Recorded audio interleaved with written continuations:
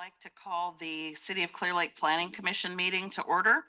Thank you for all viewing tonight's special Planning Commission meeting. I'd like to call this meeting to order at the City of Clear Lake Chambers on Tuesday, call January the City of 23rd, Clear Lake Planning 2025. Commission meeting to order. Thank you for all viewing tonight's special Planning Commission meeting. I'd like to call this meeting to order at the City of Clear Lake Chambers on Tuesday, Call January the City of 23rd, Clear Lake Planning 2025. Commission meeting to order. Thank you for all viewing tonight's special Planning Commission meeting. I'd like to call this meeting to order. Call the City of Clear Lake Planning Commission meeting to order. Thank you for all viewing tonight's special Planning Commission meeting. I'd like to call this meeting to order. Call the City of Clear Lake Planning Commission meeting to order. Thank you for all viewing tonight's special Planning Commission meeting. I'd like to call this meeting to order. Call the City of Clear Lake Planning Commission meeting to order. Thank you for all viewing tonight's special Planning Commission meeting. I'd like to call this meeting to order. Call the City of Clear Lake Planning Commission meeting to order. Thank you for all viewing tonight's special Planning Commission meeting. I'd Call the City of Clear Lake Planning Commission meeting to order. Thank you for all viewing tonight's special Planning Commission meeting. I'd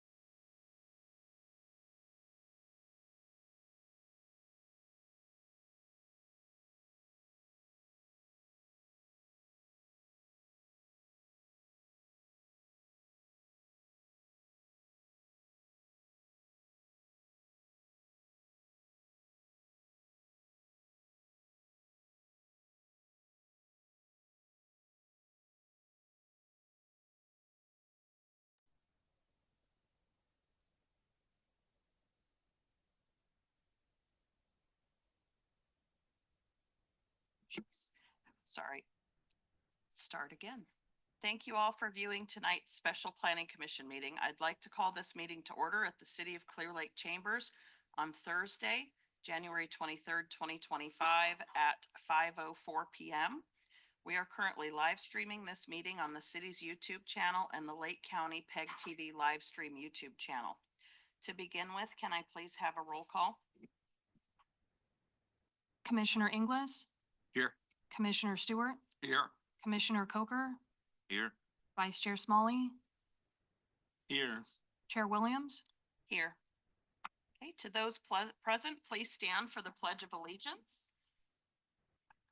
I pledge allegiance to the flag of the United States of America and to the republic for which it stands, one nation, under God, indivisible, with liberty and justice for all. Thank you. Okay, at this time, I would like to ask the city manager or the senior planner if there are any changes to the agenda.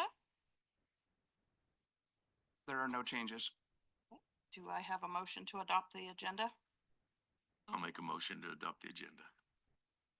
Second. Okay, we have a motion and a second. All those in favor, please respond by saying aye. Aye. Aye. Aye. Aye. Aye. Okay. Now we will go on to public comment. This is the time for any member of the public to address the planning commission or any matter not on the agenda that is within the subject matter jurisdiction of the city. The Brown Act, with limited exceptions, does not allow the commission or staff to discuss issues brought forth under public comment. The commission cannot take action on non-agenda items. Concerns may be referred to staff or placed on the next available agenda.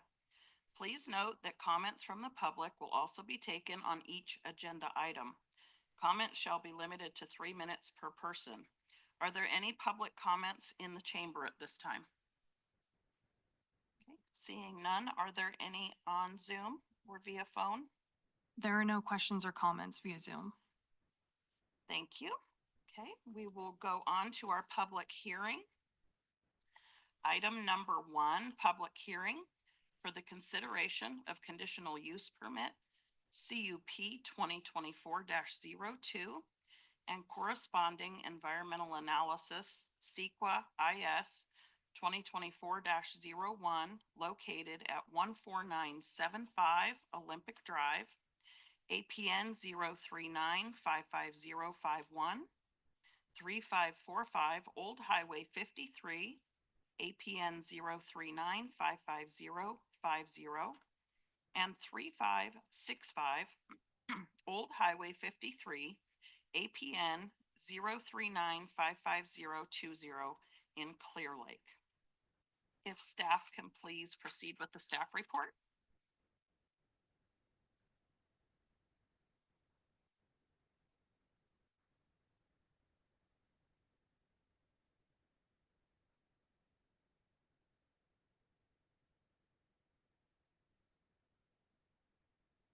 Commission and good evening, members of the public. So we're here today to hear conditional use permit 2024-02 and corresponding environmental analysis IS 2020-01. So this is just more of a location reference map. So the project is located on the corner of Olympic and Old 53, and it consists of 3 parcels that are highlighted in orange. It's approximately 2 acres plus or minus in size and is zoned general commercial.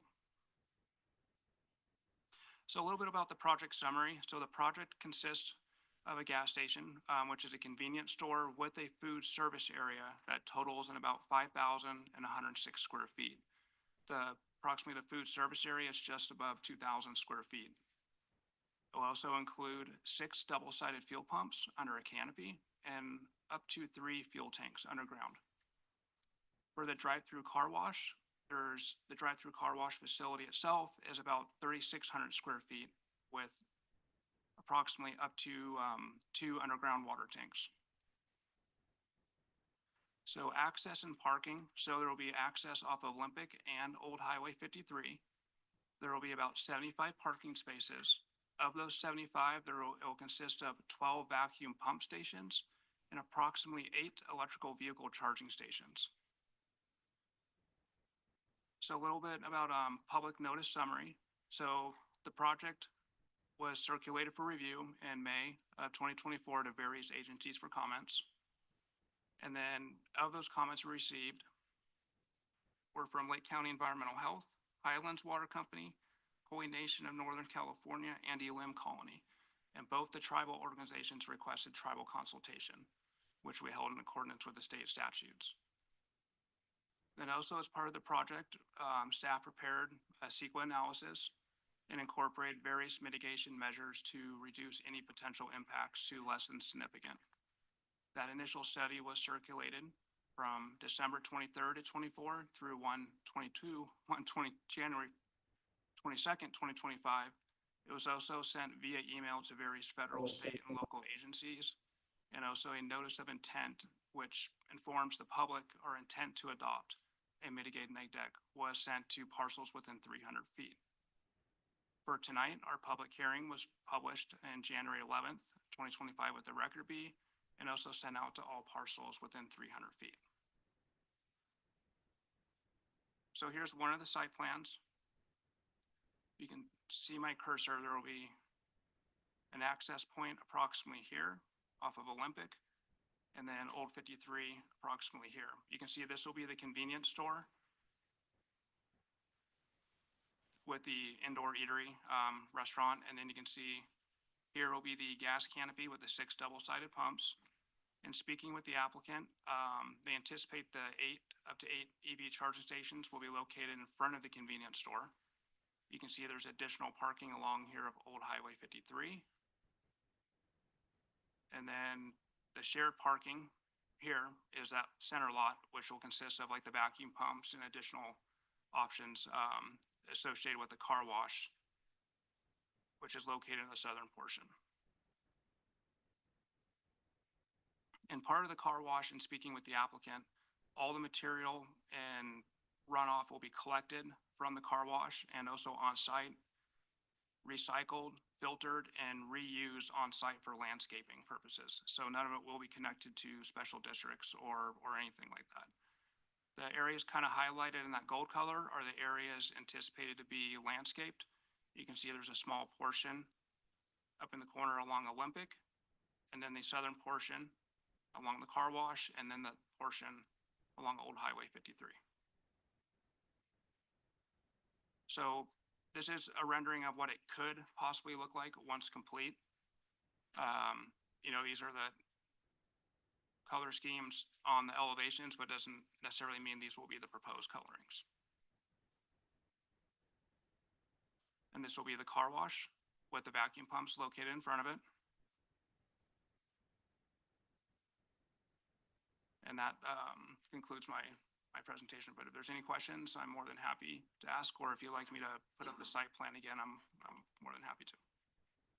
Thank you so much. Okay, I will now ask each commissioner if they have any questions of staff. Commissioner Inglis? I have no questions at this time. Thank you. Commissioner Stewart? Oh, yeah. Mark, would you go back to the diagram, please, of the site placement of the buildings and such? Yes, sir.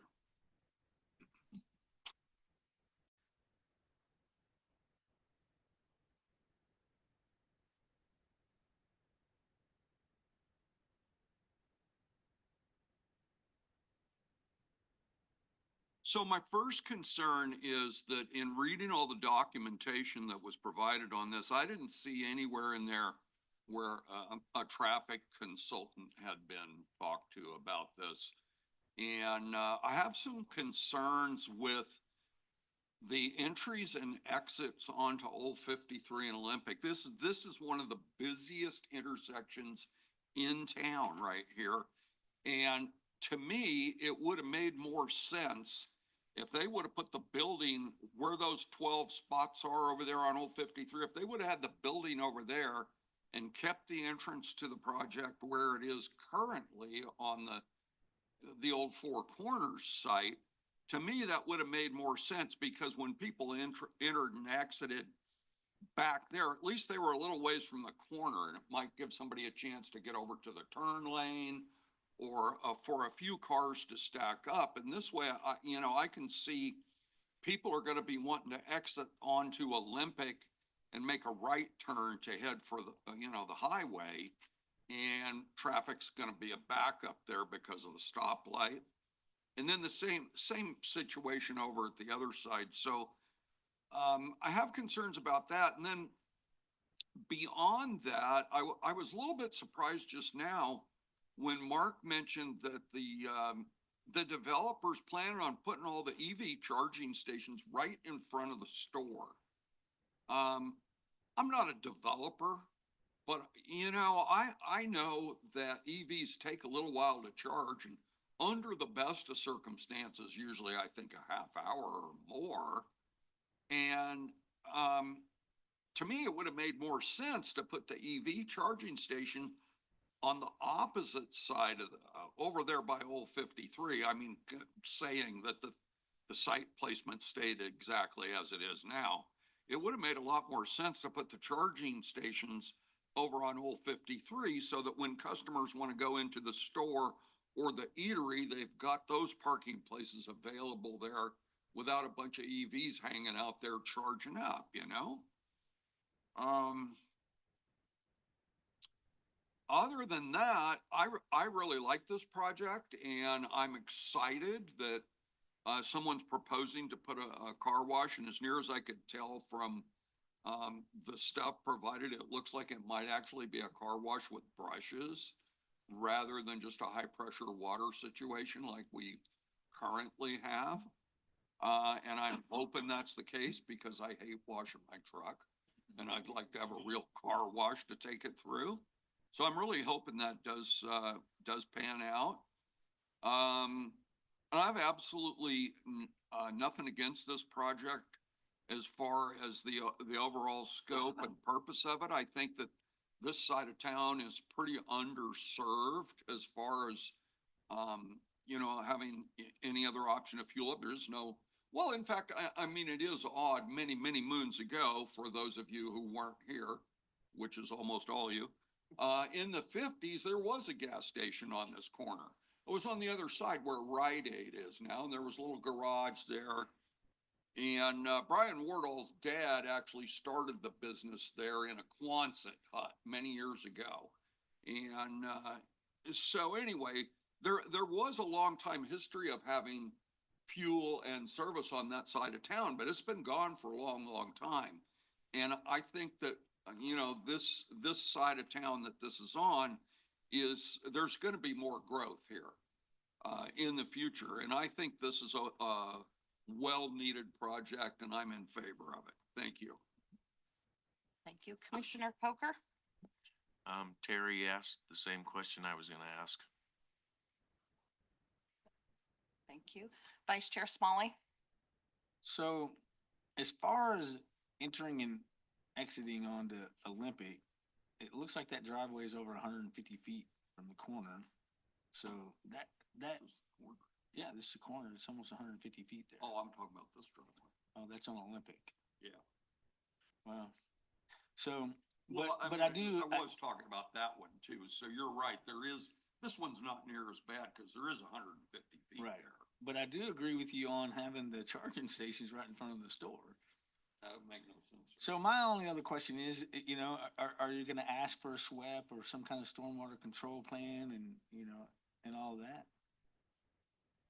Okay, because, you know, it's not too far from the lake and that would just go straight to the lake. Yeah, I mean, obviously that would be a requirement of the project. I do think that we should probably dig into the site plan a little bit more, but maybe recommend, you know, seeing if there's comments from the public and then we can, dig into those issues that were raised by the commissioners. Appreciate that. Thank you. So, my comments, also with, the traffic, and with the EV stations up front, where does that leave the handicap parking with the access into the building? I see that that could be, a big issue there. I know on Olympic, on that corner, there is a left turn lane onto Burns Valley. And then as you're coming towards City Hall, it goes into a turn lane that you can turn into Safeway or left across. It would be nice if there was some kind of a barrier so that people can't turn left into the gas station across that left-hand turn lane onto Burns Valley.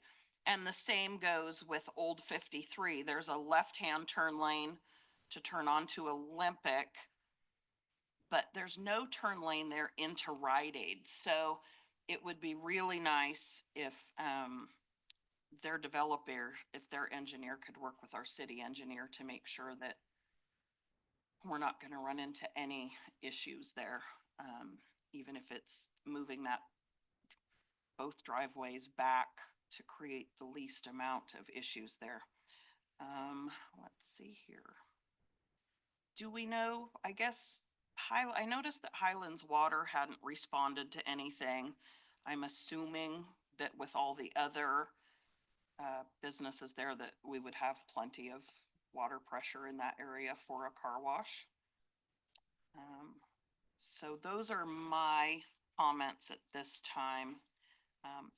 One more thing, I know that these are just the drawings, but the colors on the car wash really clash with the main building, and I would like to see the whole thing cohesive so that it looks nice. Anything's gonna look better than what we have on that corner right now, but once we get into that, it would be really nice if that was all cohesive. So I know that's nitpicky, but anyway. Okay, at this time, I will open this up for public comment. Are there any public comments on this agenda item? Is there anyone in the chambers that would like to speak to this item? Okay, is there anyone on Zoom? There are no questions or comments on Zoom. Questions or comments on Zoom? Okay.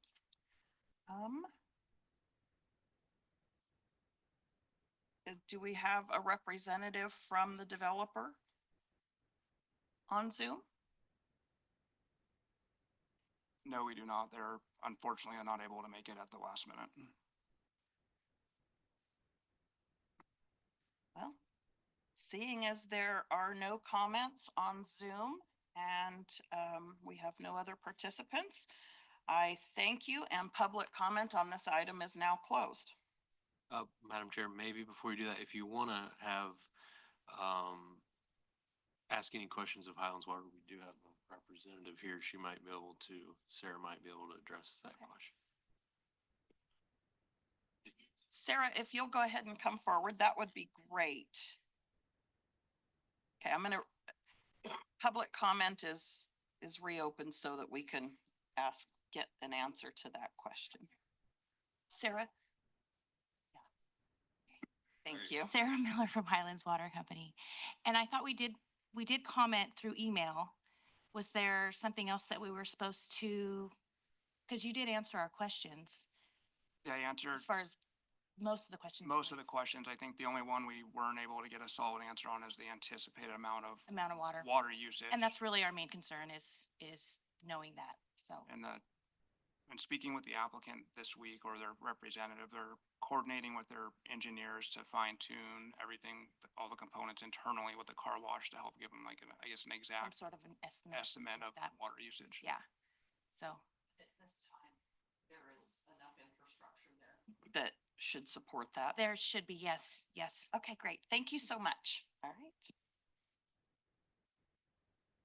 Okay, so maybe so you're closing public comment now. I just thought that would be good to. Thank you. Yes. So I will, at this time, public comment is closed. I will now ask each commissioner if they have any further comments for deliberation on this item. Commissioner Smalley, or Vice Chair Smalley, sorry. I don't have any other comments. Commissioner Stewart? I have no further comments. I would like staff to converse with the developer about the issues that I presented. And I will tell you that prior to the meeting, I was approached by members of public. And their real only concern about this was potential traffic situations. And I think, part of that has been triggered by, and I'm sorry to say, I can't remember the name of the gas station, but the newest one across from Speedway and O'Reilly's there. So that entrance and exit to that thing, which once again, that's probably between that intersection and this one that we're talking about here. This is probably pretty much up there, the two busiest in town.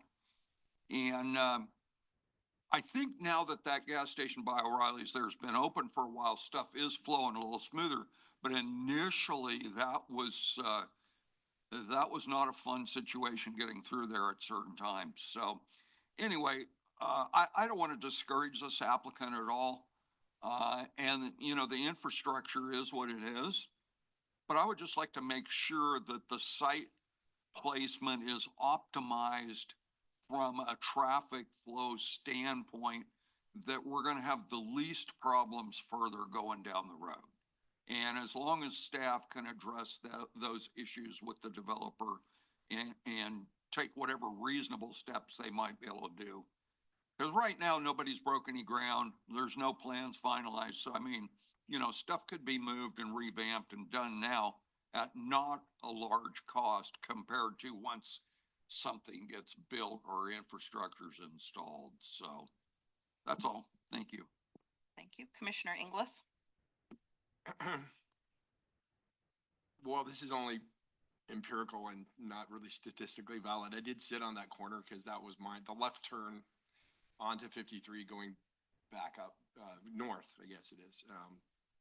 Worried me. It didn't seem that worrisome. What was worrisome is that when it's not relative to this, but it kind of is that one into Safeway. When people turn right, they're trying to turn left into Safeway.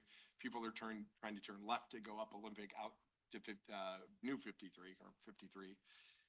Was problematic. I didn't see anything on that, but that is a busy corner. They might rethink some of that formulation. That's the only comment I have, but I support this. This makes, for somebody who wasn't here in the 50s, it makes all sorts of sense having some services over there. And yeah, now that you mentioned it, the electric cars parked in front of this, maybe they don't want people hanging out in front of the 7-Eleven, who knows, or the convenience store, sorry. But I support this and it looked good. Commissioner Coker? I don't have any questions. And I have no additional comments other than I agree with, Commissioner Stewart that it would be nice if they can address our concerns on the traffic flow there. Because this is such a busy intersection and we have such short turn lanes there that anything that they can do to mitigate that, I think is very important. So, all right, at this Chair, time. okay. Go ahead. Can I share a little bit, Chair Williams? So, I think, staff agree with your concerns. I mean, this wasn't really detailed in the staff report, but, this is very similar to the first site plan that the developers submitted to us. And, we replied with a number of recommendations to them to, make some improvements to the site plan related to the very issues that you're bringing up. I think one thing that's obvious is the sort of driveway encroachment on the Olympic side is way too large and too close to the intersection, and it is going to cause problems. And so they really didn't respond too much to the concerns and recommendations that staff submitted. And so I think, if the commission is, it sounds like, looking forward to approving this project, I think if you're willing to trust staff with this, with a strong direction from the commission for us to go back with the developer and address these issues in a way that's satisfactory with the public works director and the city engineer, we would certainly be supportive of that. I mean, I think, I don't know that we commented on the EV charging station locations. I think your comments have a lot of validity, and maybe they can have a couple of them there in front and move some of them. I mean, they're probably trying to reduce their costs, and it's easier and cheaper for them to have them right there where the infrastructure is. But, people don't like, most of us are somewhat lazy and don't want to park any further away from the door than we have to. So I think we can carry that direction. I agree with you about the design review, the color consistency. If you want to give us direction on that, we'll certainly work with them on those issues. So I just wanted to point that out. I mean, I don't know exactly what the solutions would be. I mean, I did, Chair Williams, and I did talk today, and I mean, maybe on Olympic, there is a need to do a similar curb that we did on Lakeshore Drive in front of the gas and food stop. I mean, people around town were not too happy with that when it was installed, but it's effective. It is effective. So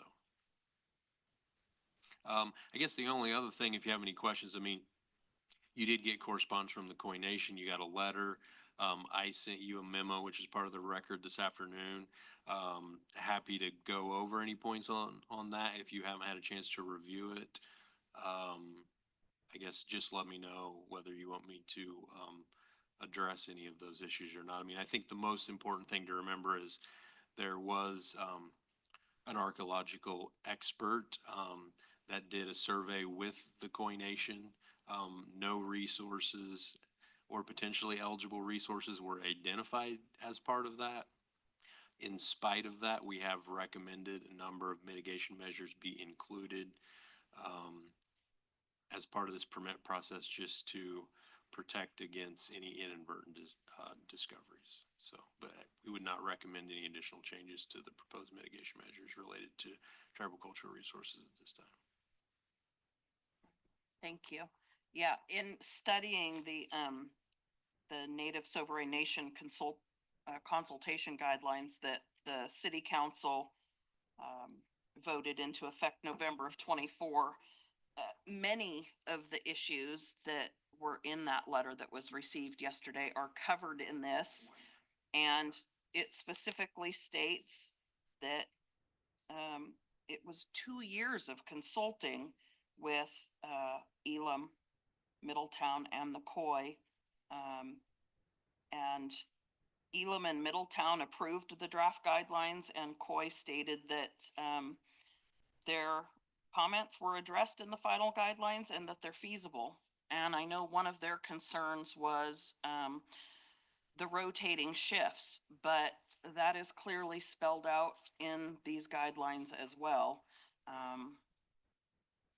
So, and I came in this morning and read the archaeological report, and yeah, it very clearly states that there were no resources cultural identified. And it's very clear that the Koi were involved in that because it states in there that they specifically requested monitoring. So if they have these issues, why didn't they bring them up then? It's just some of my, some things that came to my mind as I was reading through all of this. So anyway. Well, unfortunately, delays around this very issue is what has caused this project. I mean, this project really should have been before the commission a year ago, and we've been trying to work through all this stuff, and, yeah. Okay, if there are no further comments, I will entertain a motion at this time. I move that we approve this matter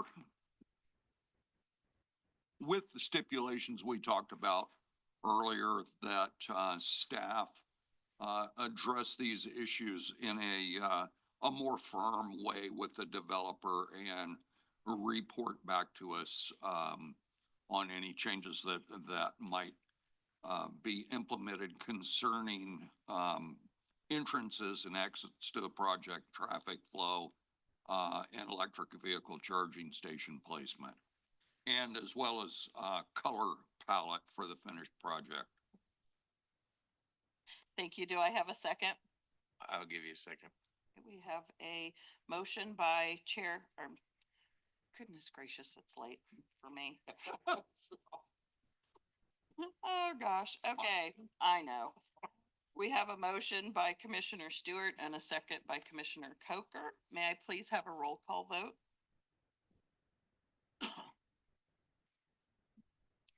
Commissioner Inglis, Aye. Commissioner Stewart, Aye. Commissioner Coker, Aye. Vice Chair Smalley, Aye. Chair Williams. Aye. Okay. Motion passes with a unanimous vote of the commission.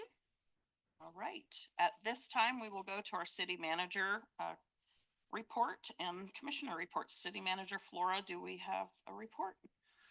I don't think I have too many things to report. A couple things I'll mention. So, we are in the midst of preparing the draft EIR for the airport project. So, and finalizing some of the technical studies. You know, the schedule's largely on track on that. We're expecting, I can't remember the date we're expecting to bring this back before the commission, but we're still on track to have it certified by the city council, I think in May or June. So that's going pretty well overall. And the one other, well, we're expecting construction to start on the 29-acre 22 lot subdivision up in Burns Valley this year.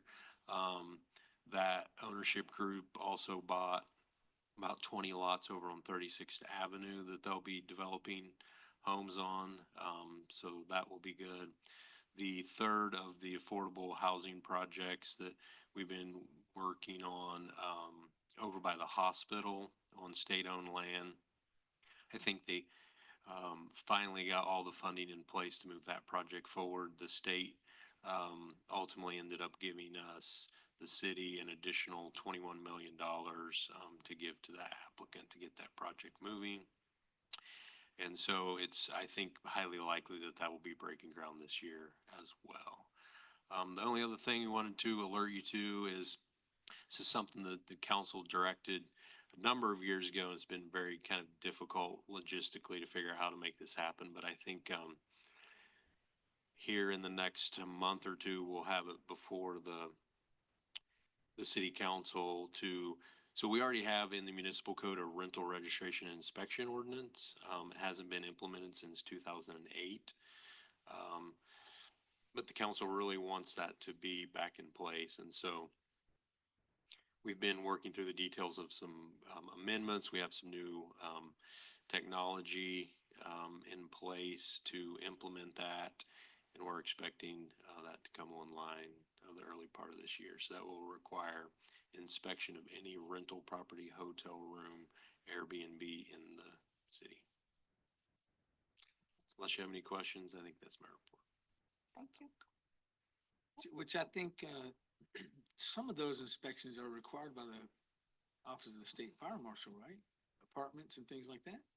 Well, not by the city. I mean, I think Right. the fire district does. I mean, historically, they really didn't do very many of those inspections. I think since Fire Marshal Lancaster's been in place, she's been trying to do a lot more of them. I don't really know for sure, how comprehensive that coverage has been to date, but yeah, we will be doing all of that. And, there's going to be a lot of stuff coming down related to fire insurance and local responsibility area. You're familiar with that, Commissioner Smalley, but that is something that was brought up in some recent meetings that, depending on how that plays out, we may actually try to roll in like some defensible space inspections into some of this as well. So I don't know whether those will be required or, some insurance companies are recognizing some certification programs out there so that, if you pay a third-party inspector something that maybe the fire district will end up doing, but you can pay to have an inspection done and get a certificate that says you passed these standards for home hardening or whatever it may be, and then passing that along to your insurance company, and perhaps they will recognize it. But there's going to be a lot of movement and effort around this area this year for sure. So. Well, the new LRA maps are coming out soon, so, you're gonna find that parts or even most of the city is gonna be under the same guidelines as the SRA. Yeah. So, We're you guys- anxiously awaiting those. I mean, most of the avenues Yeah. are in the recommended area. Now, we were never forced to adopt anything around that previously. That is a state requirement now.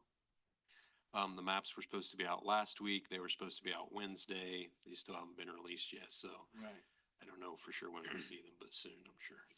So you have Mary Jane get a wildland urban interface. Yeah, so we're gonna be having public hearings about all of this. It's something that, it isn't really that sexy, so people probably aren't gonna pay attention, but there's gonna be a big impact on a lot of us, so we need to do everything we can to get the word out. Commissioner Stewart, you had some comments? Alan, I'm curious. Well, first of all, I just want to say that I actually, as most of you know, I've owned rental property in the city here for many, many moons. And I was actually involved in the earlier rental registration and inspection program. I had the city inspector out at my rentals and he inspected all of them. And I had a couple of little things that he wanted done, but it was nothing major. But of course, I try to have decent rentals that my criteria has always been that I could live in the house myself without a problem, you know? But the other thing, so in other words, what I'm trying to say there is I think that's a good thing. There's some really substandard rentals in the area. And unfortunately, for a lot of our populace, they're being forced to pay exorbitant rents now for places that really are not safe. Stuff doesn't work. They're not up to the standards that the state has, you know, with heating and just all kinds of stuff. So anyway, I'm totally on board with having the rental inspection program. I can tell you that. But the other thing I wanted to ask Ellen, how is the city looking as far as the state mandated number of housing units that need to be? There's some kind of housing plan or 10-year to 8-year deal, whatever it is, and they give you a number. We want to see this many more residences built within X amount of years. How is the city doing on that? Well, it depends on what part you look at. So the state gives us a regional housing needs allocation. Every jurisdiction in California, they say, over this period of time, our housing element cycle, I think, is 7-year period. You need to create or rehab, you know, X number in each income category. So we've basically met all of our affordable categories. The project over by the hospital that I mentioned earlier, once that's built, we will significantly exceed the allocation that the state's given us for affordable categories. For moderate income categories, we're nowhere near creating the amount that's needed. That's the most difficult thing for anyone in California really to develop at this point, unfortunately. So, you know, we do have a couple of projects that I mentioned that are going to be addressing that. There are some projects around town where, you know, small contractors and developers are doing a few new builds here and there. So we're making a little progress, but, you know, the city's not really interested in focusing in creating additional new affordable units. At this point, I mean, there's certainly a need for quality units out there. And, you know, we're going to go through this inspection process and realize how dire the conditions are, and then we're going to have to start figuring out what we can do, because, you know, we appreciate landlords that take the approach you do, but certainly not all of them in town are taking that approach. But we really need to buckle down and figure out what other creative ways we can do to get, you know, middle income and even upper income housing built in the city. And so one thing that is you know, off the ground a little bit. We had our first meeting last week, but the two cities in the county came together and created a regional housing trust fund. And so we all put some money into this, and then that opens us up. There's a special designation that we'll be able to apply for a special state pot of funding. And we'll be deciding what to focus on. But, you know, everyone else, the other two jurisdictions here have really the same issues. And I mean, one thing that we're facing as well is the affordable units that were developed really in the 90s. There was a lot of them here. They're getting to an age where they really need investment and rehab. And the state pots of funding are focused on building new units. But if we start losing any of those units because they're really uninhabitable, you know, that's going to make our problem worse. So we're, I think, going to put a lot of focus into figuring out how to rehab existing units that are substandard. Thank you. The units out on, the developer bought, that's going to be the 20 or 22 units out there. Are those going to be what would fall into market rate housing? Or are they going to be moderate income? No, they're going to be higher end. I think, though. I would have thought so. I think, I mean, we haven't discussed numbers with them for a little while, but they're going to have to be in, you know, 600,000, 700,000 and up, I would think. So I guess the thing that I hear from people around town most that would like to own property, move up the rental chain, whatever. There seems to be a pretty substantial shortage of, single-family dwellings for moderate income. In other words, I'm thinking, lower-level firefighters, teachers, people with a real job that actually pays money, but it's not $150,000 a year job or something. It's maybe a $60,000 or $80,000 a year job. And, so I don't know what it would take to get those projects done, because I don't even know really with the price of everything anymore, if it's possible to build anything that's going to be affordable for those folks. So anyway, I know we're not here to address that. Well, I mean, I could but- share a little bit on that. I mean, yeah, it's difficult, and it's even more difficult here than most places, including other areas of Lake County, because the construction costs are what they are. It's no different to build a house here in Clear Lake really than, as far as the cost of constructing. I mean, our sewer connection fees, as an example, are twice as expensive as they are in Kelseyville. So there are some variables there, but the cost of construction is really the same. But, if you look at average housing value, say in Lakeport at about 354,000, and you compare that to what it is currently in Clear Lake at about 220,000. And if it costs $300 a square foot, even, a 1,000 square foot house, you're looking at, a minimum of 300 grand plus all your permit fees and all that stuff. So it's very difficult to get a developer to be interested in building housing in Clear Lake when they look at the market, like, are we going to be able to move these units? And so we really have to be able to incentivize and try to get some of these projects going that show that, because, I mean, we're telling people, yeah, I mean, the problem is the teachers, the engineers, the firefighters don't live here because there isn't the housing stock that they want and can afford. But if we build it, we think the community is rising and there will be a demand. But, I mean, the 36th Avenue houses are going to be in that market, probably 350 in that range. So that's going to fit the bill there, but it's been very difficult for them to kind of figure out how to make this work. And the city's going to end up stepping in and incentivizing some of that. I mean, the Danco group, which did the project by the senior center, I mean, that's what they do. They don't usually do single family stuff, but they like us, and we sold them that land cheap, and we're working with them on 36th Avenue, and we basically begged them, like, can you please help us? And so they said, okay, fine, we will, and we'll build 2 to 4 of them, see how it goes. If they go fast, we'll build the rest of them. And if it doesn't go so fast, we'll build a couple more and keep pushing it. But,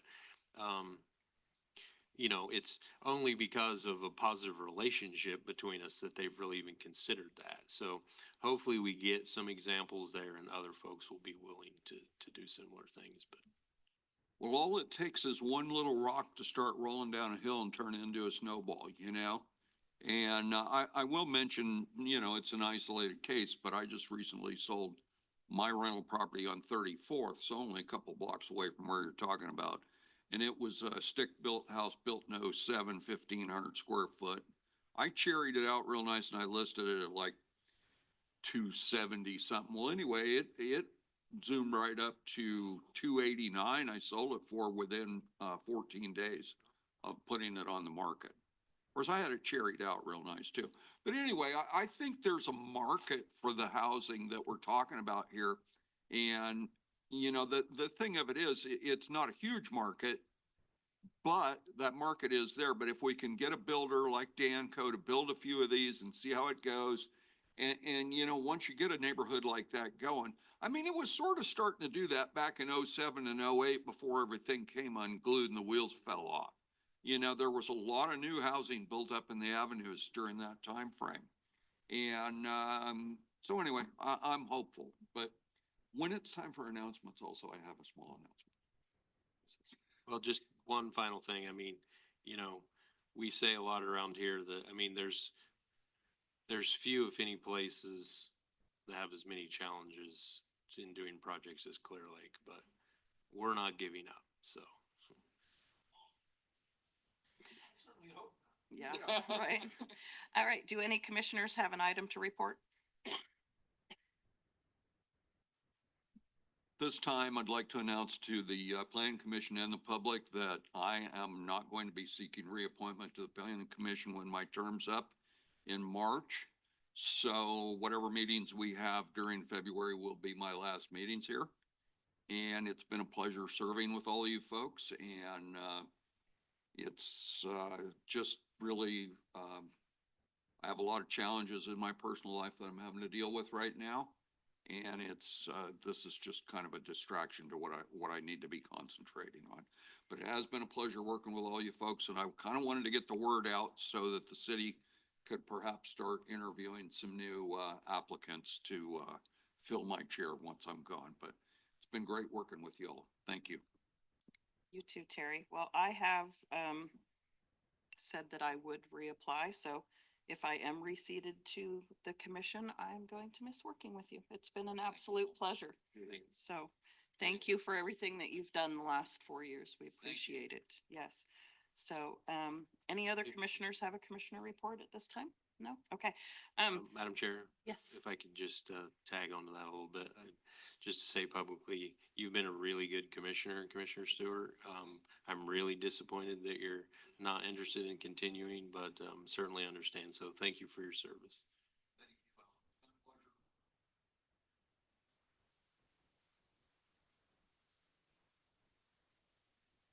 For the city. And I certainly hope that you plan to be here for many more years because the city has prospered under your guidance, and I'm thankful for that, and I'm thanking you. Thank you. Well, I'm really stubborn, and as long as my key works on the front door, I'll be here. So Good. Thank you, Alan. Gosh, I just have a quick report. Two things. I would like to thank Alan and the city. I think everyone knows how passionate I am about spaying and neutering of the animals in Lake County and have been a part of the SPCA for the last 10 years. And I approached Alan about a month or so ago because we are doing Pet Fix Lake County. Our first 200 animals in one weekend is happening in a week and a half. And we needed a new autoclave, which is what we sterilize our surgical equipment with. And the city kindly donated $4,000 for us to purchase a new autoclave. So I just want to say thank you from the bottom of my heart. That is a huge piece of equipment that we really needed out there. So I just wanted to say thank you. And this last Saturday, I had heard Mayor Kramer mention that he was going to be helping clean up a homeless site behind the senior center. And that's my neighborhood. So I thought, I'm going to help. And my husband and I went, and let me tell you, if you haven't done it before and you know Citizens Caring for Clear Lake is going out, it's an experience. It's something I've never experienced before. And it's something that I would like to be a part of cleaning up in the future. Because it's actually very heartbreaking to see how these individuals are living. But anyway, we did get that cleaned up, and hopefully it'll stay clean for a while now. So, all right. Do any commissioners have any future agenda items? Okay, seeing none. All right. Thank you, everyone who took the time to attend this evening's meeting and for submitting your comments, and to those who are watching on Zoom and YouTube. There being no further business of the Planning Commission, we are now adjourning at 5:54 on Thursday, January 23rd, 2025.